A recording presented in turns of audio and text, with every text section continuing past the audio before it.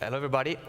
I am Guido, and I am going to talk about something that hopefully is going to be interesting and sounding new to you, which are different digital landscapes, different platforms, and different things happening all around the world.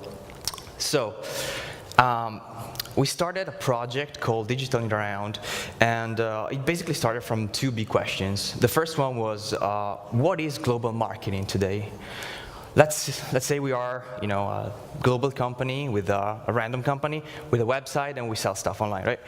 And we see this page, and we see these icons, and we used to consider those icons the right approach to a fully integrated global marketing approach. But actually, there's way more in the world. There are a lot of different networks, and a lot of different platforms, and a lot of different icons. And we're going to see some of them today. Of course, this may sound like a little joke, but we're going to see why all these icons are very important, and we must know what's going on all around the world. Because another important question we asked ourselves was where we're going now. What is the direction the world is taking? And we found this interesting research by a New York-based company, and this is the split of the pie, of the huge pie of the global luxury market. And you can see the four so-called BRIC: Brazil, India, Russia, and China. And this is what was the relevance of them back a couple of 4 years ago. This is in a projection in 2025. This is what it's going to be. This is what the global global marketing for luxury brands is going to be. So we're going to see that BRICS are going to take over 50% of the whole pie, which is very important. That's why we really want to explore what's going on in those countries, in those very peculiar digital scenarios. After these two questions, we decided to launch this project called Digital in the Round. I work for an agency called Young Digitals, which is a digital agency. And as a spin-off, we started off this Digital in the Round thing, which is a blog, a collaborative blog. And we, with other people from all around the world, try to keep an eye on what's going on those different scenarios. So basically, it's a viewpoint on different digital landscapes. And today, I'm going to be very brief because the time is just 20 minutes. But we're trying to do a very quick trip all over the world, or well, at least what we consider the most interesting areas of the world, and see what's going on there. So we're going to jump on this little plane and start our little journey. The first country we're going to visit is Brazil. It's a huge country. It's growing very fast. Actually, internet in Brazil pretty much developed overnight. Over the last couple of years, it really exploded, and now it's If you look for sources online, you can find out that there are more than 90 million users, which is a huge user base. It's more than half of the total population, and a few years ago, this was really different. The most interesting thing about Brazil is that they're not just heavy internet users, they are super heavy social media users. That's why the country is already the second biggest country in the world on Facebook in terms of users. But not only on Facebook, on Twitter as well. Brazil is also the second country on Facebook, which means a lot. We do a lot of research, qualitative and especially quantitative research, and we found out about, we usually study for what is the benchmark for Facebook marketing.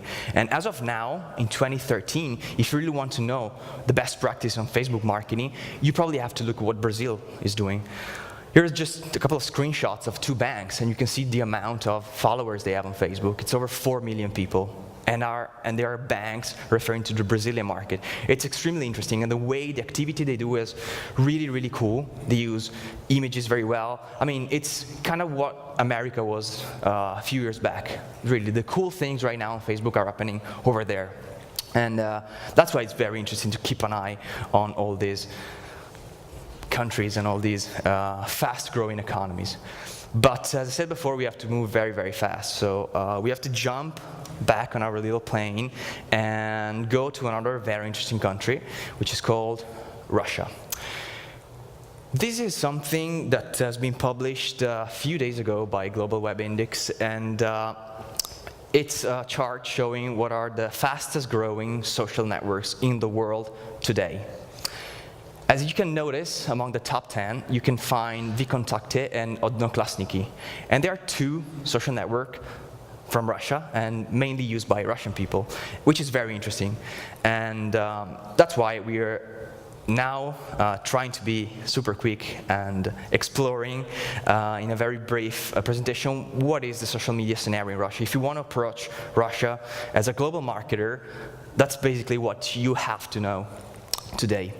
So basically, the main, some of you already know that the main search engine is called Yandex. So if you're searching for stuff in Cyrillic, and if you want to be positioned, if you want your website, your company to be positioned on that market, you have to look for Yandex rather than Google. The main social network is VKontakte. We're going to talk a little bit about it later. And the second social network, the second main social network in the area is called Odnoklasniki, which literally means classmates, but today it's switching, is turning to some sort of like a dating social-ish website, so it's very interesting, but it's very used, it's very popular. Mail.ru is the most important web platform in the country. A lot of people still use the email, the .mail, whatever, as their personal email. And LiveJournal is a very, very important blogging platform for the Russian market. So that's the icons that you pretty much have to know if you want to approach that market. And let's split a little bit the numbers in order to have a better idea of what's going on. As you can see, Yandex is controlling way more than half of the total market. Google.ru is growing very fast, but still it's not the best option if you want to position yourself in that market. And if you go at the social media landscape, it's even more interesting because we're going to see that VKontakte is by far the mainly used social network in the country. It's supposed to have around 200 million of accounts. And out of them, about 50 million are active. And if you look on VKontakte and if you see what's going on there, you're going to figure out that actually a lot of people use it. Same thing for Odnoklasniki, huge user base. And it's interesting to notice that Facebook and Twitter are growing very fast, and they're becoming increasingly important in the country, but especially in the Moscow or St. Petersburg area, so in the more like western part of Russia. While the eastern part, where there are still a lot of big cities, like over 1 million people cities, they're pretty much controlled, we can say, by VKontakte. And this is not only applicable to Russia, also Kazakhstan, Ukraine. There are several countries around Russia that are penetrated very strongly by those platforms. But the question is, what's going on? Why people are still on VKontakte and why people are not switching to Facebook? One of the reasons is the language. If you have friends that speak Russian, you're probably not going to go to a platform that is more English-based.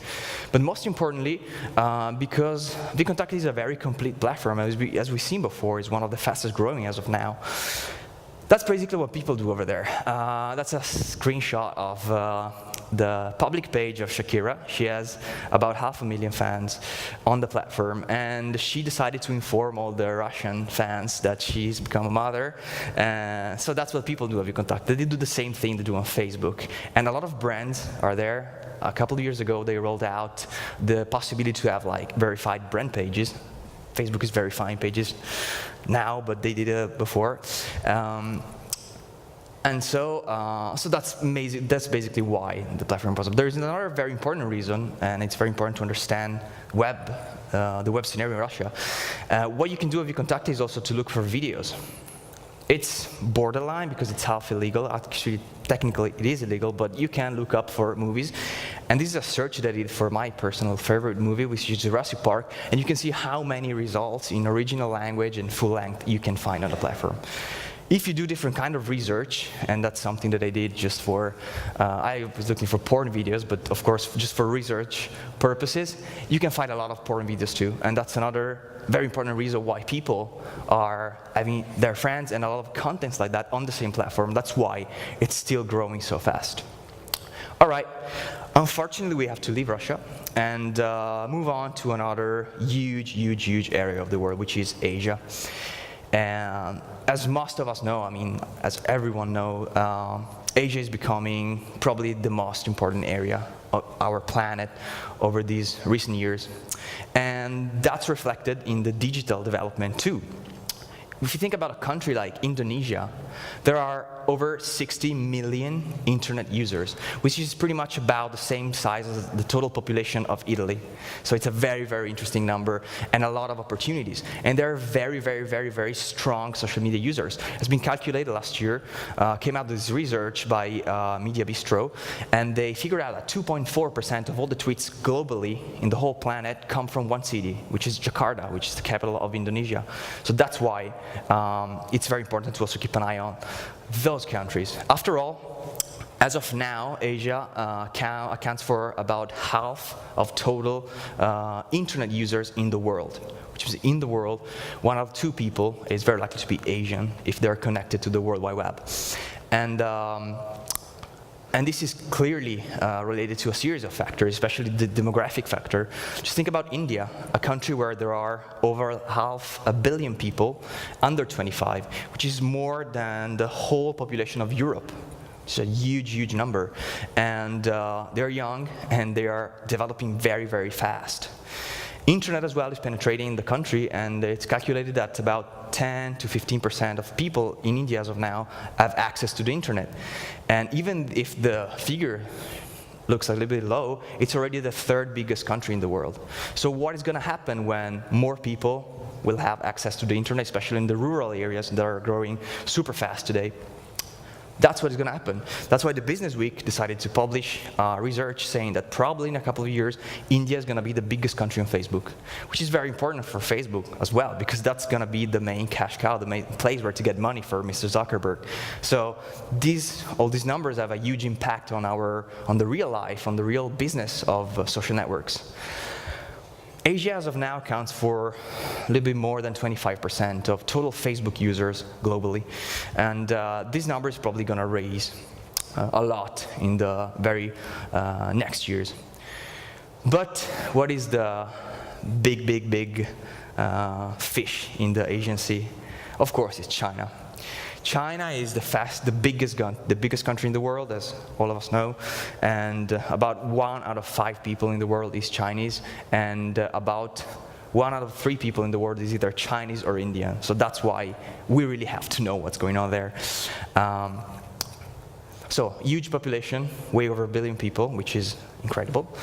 Which means, of course, a huge, huge amount of people using the internet. And it's calculated that there are about 550 to 600 millions of internet users in China, which makes it like way, way, way more than the United States. So China is definitely the biggest internet market in the planet today.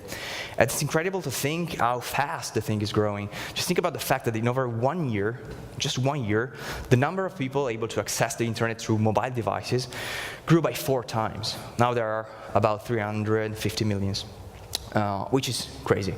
But all those numbers have an even deeper meaning, because we've seen biggest internet country in the world by far.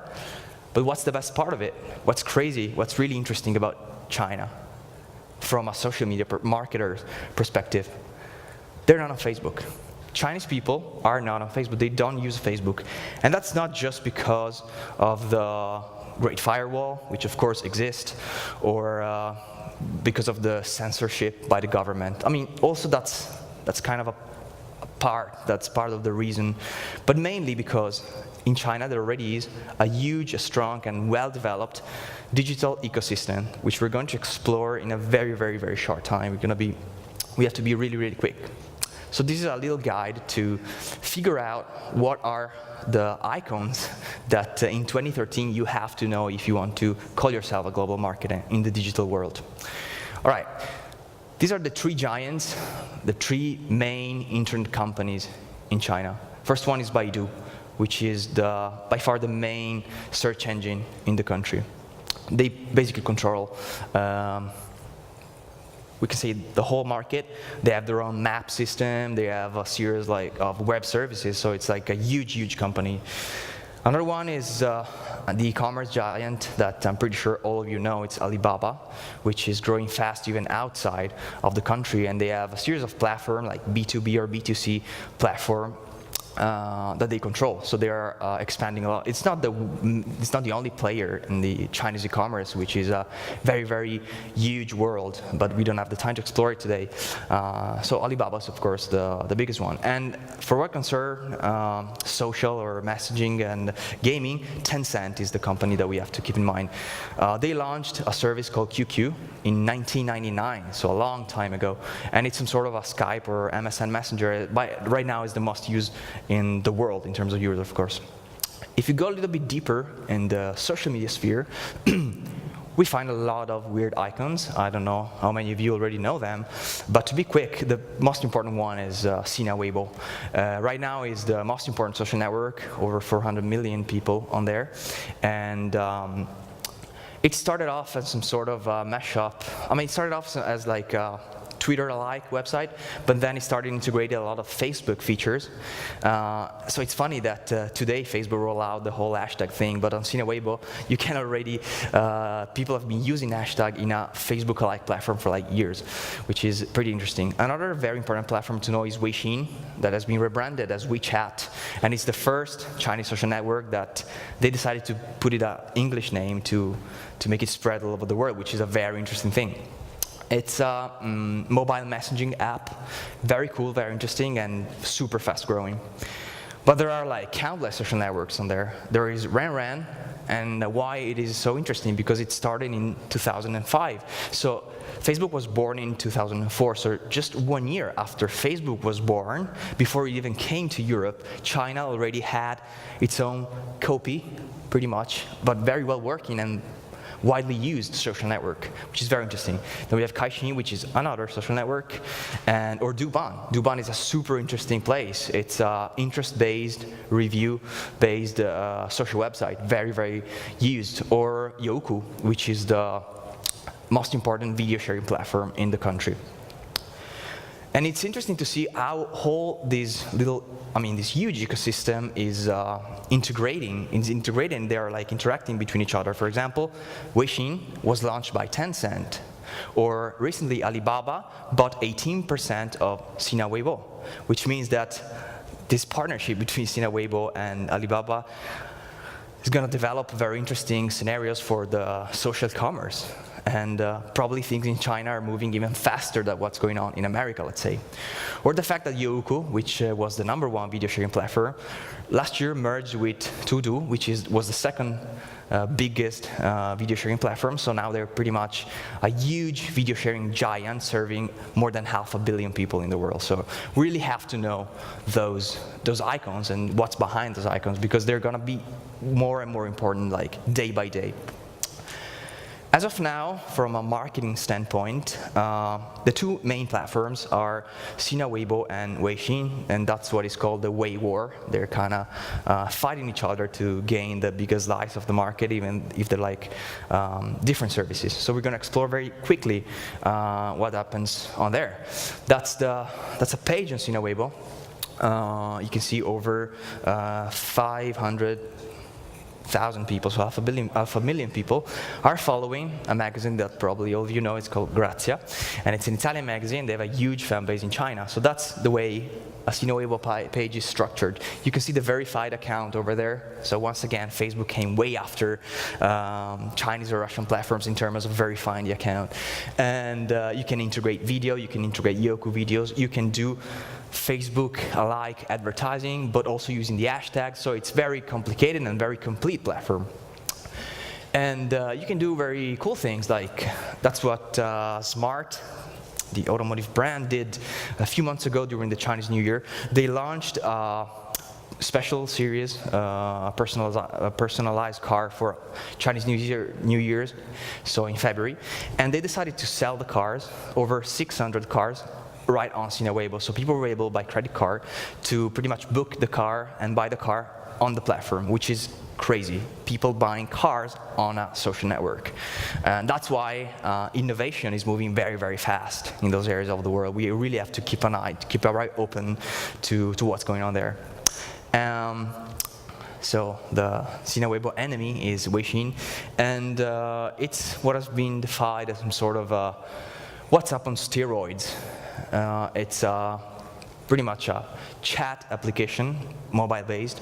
But they also have a series of interesting features, like this is called Moments, and it's your own little timeline where you can share pictures and see updates of your friends and such and such. It's very strongly location-based, so you can actually check in and see who is using the application around you. It's very complete and very well done, and they're doing great. They're doing great in Mexico now, they're doing great in Indonesia, in India, and they're probably gonna come over here soon. The very, very interesting thing, though, is how brands are using this app, which is like using a mobile application chatting system for marketing. And it apparently is working. Starbucks did it, Nike did a huge event in Shanghai, and people were updating content in real time. Very, very interesting example. And that's what Cadillac, the automotive brand, is doing. You follow them on the chat, and on your chat updates, you get contents from the company. In this case, they were doing this trip along the Route 66 in the United States, and so they were sharing updates that people were receiving right on the chat, which is a very, very interesting thing. Just think about what a bank could do with that. Like, you have your clients that you can chat right with them. It's a very interesting approach. Or that's the Paris Hilton WeChat page, which I personally follow. And she sent me updates, she sent me pictures, she wished me Happy Chinese New Year as well. It's very funny. It's a very new way to approach social media marketing. And it's crazy to consider how for something like hashtags or stuff like that, Facebook or verification, Facebook came after. So what's going on in India, or Russia, or in China sometimes is even more evolved, even if we're talking about social media, which usually we always think about America. So we really have to know what's going on here in order to interpret the future of society and marketing as well.